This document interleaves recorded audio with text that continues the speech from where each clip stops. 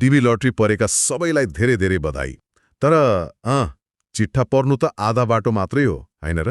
हो त नि, अब सुरु हुन्छ खास प्रक्रिया। एकदम।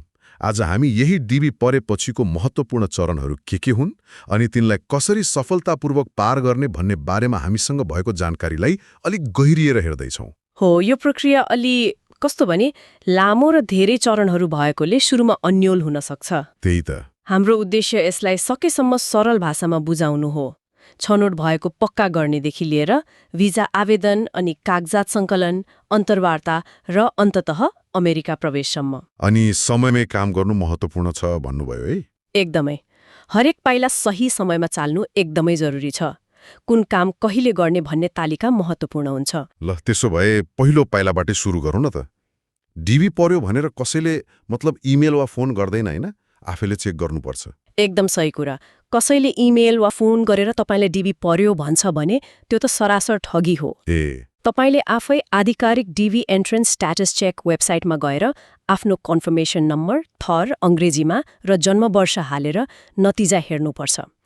सामान्यतया मे महिनाको पहिलो हप्तातिर नतिजा आउँछ। अनि नतिजा पोजिटिभ आयो, नाम निस्क्यो, त्यसपछि तुरुन्तै के गर्ने त? नतिजा सकारात्मक देख्ने बित्तिकै सकेसम्म छिटो DS-260 फारम भर्नुपर्छ। यो भनेको इमिग्रेन्ट भिजा एप्लिकेसन फारम हो। DS-260 यो अनलाइन भर्ने हो? हो, अनलाइन भर्नुपर्छ। यसका लागि त्यो कन्सुलर इलेक्ट्रोनिक एप्लिकेसन सेन्टर मतलब CESC को वेबसाइट प्रयोग गर्नुपर्छ। यति हतार किन? अलि पछि भर्दा के फरक पर्छ र? यहाँनिर एउटा महत्त्वपूर्ण कुरा के छ भने हरेक आर्थिक वर्षमा डिबीबाट उपलब्ध हुने भिजाको संख्या सीमित हुन्छ नि त। लिमिटेड हुन्छ है? हो। जति छिटो तपाईले DS-260 फारम बुझाउनुहुन्छ, तपाईको केस नम्बरको पालो अनुसार अन्तर्वार्ताको मिति त्यति नै चाँडो आउने सम्भावना हुन्छ। अनि ढिलो गर्दा? ढिलो गर्दा कोटा सकिने जोखिम पनि बढ्छ। त्यसैले छिटो भर्नु नै बुद्धिमानी हो। कुरो त्यस्तो पो। अनि DS-260 भर्दा के कुरामा ध्यान दिनुपर्छ होला? सबैभन्दा महत्त्वपूर्ण कुरा हरेक जानकारी 100% सही र सत्य हुनुपर्छ। एकदमै। गल्ती गर्नु भएन है? पटक्कै भएन। तपाईको नाम, ठेगाना, शैक्षिक योग्यता, पारिवारिक विवरण सबै कुरा जस्ताको तस्तै भर्नुहोस्। सानो गल्तीले पनि पछि ठूलो समस्या निम्त्याउन सक्छ। मतलब भिजा अस्वीकृत हुनेसम्मको अवस्था आउन सक्छ। बाफ्रे। ल, फारम भरेपछि त अब कागजातको पालो आउँछ होला। कागजातको लिस्ट त लामै होला नि। के चाहिन्छ मुख्यतया? हो, लिस्ट लामै छ। तपाईको चालु अवस्थाको पासपोर्ट मतलब कम्तीमा 6 महिना म्याद भएको। अनि जन्मदर्ता प्रमाणपत्र, पुलिस क्लियरेन्स रिपोर्ट, PCC भन्छन् नि। PCC हो। हालसालै खिचेका पासपोर्ट साइज फोटो, विवाहित हुनुहुन्छ भने विवाह दर्ता प्रमाणपत्र, छुटपत्र भएको भए त्यसको कागजात, सन्तान छन् भने उनीहरूको जन्मदर्ता। अनि पढाइ वा कामको? हो, तपाईको शैक्षिक योग्यता वा तोकिएको कार्य अनुभव प्रमाणित गर्ने कागजातहरू। यी सबै अङ्ग्रेजीमै हुनुपर्छ? नेपालमा त धेरै जसो कागजात नेपालीमा हुन्छन्। राम्रो प्रश्न सोध्नुभयो। सक्कली कागजात त अनिवार्य भइहाल्यो। यदि कुनै कागजात अङ्ग्रेजीमा छैन भने त्यसको आधिकारिक अनुवाद मतलब सर्टिफाइड ट्रान्सलेसन पनि सँगै राख्नुपर्छ। ट्रान्सलेसन पनि चाहियो? अनि पुलिस रिपोर्ट चाहिँ लिने बेला विचार गर्नुपर्छ है, किनकि यसको म्याद प्राय छोटो हुन्छ, 6 महिनादेखि 1 वर्ष जति। अन्तर्वार्ताको मिति नजिकै लिँदा राम्रो। बुझियो। अनि मेडिकल जाँच नि त्यो कहिले गर्ने त? फारम भरेपछि तुरन्तै? त्यो चाहिँ होइन। मेडिकल जाँच तपाईले अन्तर्वार्ताको लागि अपोइन्टमेन्ट पत्र, अपोइन्टमेन्ट लेटर भन्छ नि, त्यो पाइसकेपछि मात्र गराउने हो। पहिले गराउनु हुँदैन। हो र? किन होला? पहिले गराएर राख्दा भइसल्थ्यो नि जस्तो लाग्छ। कारण के हो भने त्यो मेडिकल रिपोर्टको पनि म्याद हुन्छ, सामान्यतया 6 महिना जति। 6 महिना मात्रै? हो। यदि तपाईले धेरै पहिले गराउनु भयो र अन्तर्वार्ता ढिलो भयो भने त्यो रिपोर्टको म्याद सकिन सक्छ र फेरि गराउनु पर्ने हुन्छ। पैसा र समय दुवै खेर गयो नि। त्यो त हो। अर्को कुरा, यो जाँच जहाँ पायो त्यही गराएर हुँदैन। अमेरिकी दूतावासले तोकेको प्यानल फिजिशियनबाट मात्र गराउनुपर्छ। उनीहरूको लिस्ट हुन्छ वेबसाइटमा। बुझियो। ल, कागजात र मेडिकल रिपोर्ट तयार भएपछि आउँछ अन्तर्वार्ताको पालो। यो त निकै महत्त्वपूर्ण र अलि तनावपूर्ण क्षण होला है? अवश्य पनि। अमेरिकी दूतावास वा वाणिज्य दूतावासमा हुन्छ अन्तर्वार्ता। सबै सक्कली कागजात, तिनका प्रतिलिपि, फोटो र त्यो अन्तर्वार्ताको पत्र लिएर तोकिएको समयमा पुग्नुपर्छ। शुल्क पनि तिर्नुपर्छ भन्थे? हो, अन्तर्वार्ताको दिन प्रति व्यक्ति भिसा शुल्क तिर्नुपर्छ। अहिले लगभग 330 अमेरिकी डलर छ जस्तो लाग्छ। यो चाहिँ दूतावासमै तिर्ने हो। खै अन्तर्वार्तामा के सोध्छन् होला, कसरी तयारी गर्ने, अलि डरलाग्दो होला। मुख्यतया तपाईले DS-260 फारममा भर्नुभएको विवरण र तपाईले पेश गरेका कागजातहरूबारे नै सोध्छन्।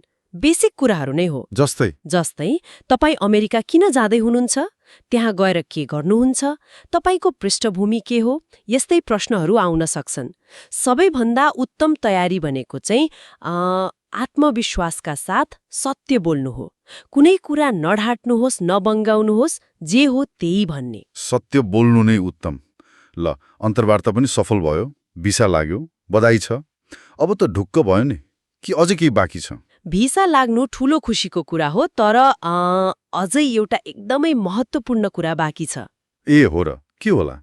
भिसा लागेपछि तपाईको पासपोर्टमा भिसा स्ट्याम्प हुन्छ नि, त्यसमा एउटा म्याद मतलब एक्सपायरी डेट लेखिएको हुन्छ। हुन्छ। यो म्याद सामान्यतया तपाईको मेडिकल जाँच गरेको मितिबाट 6 महिनाको हुन्छ।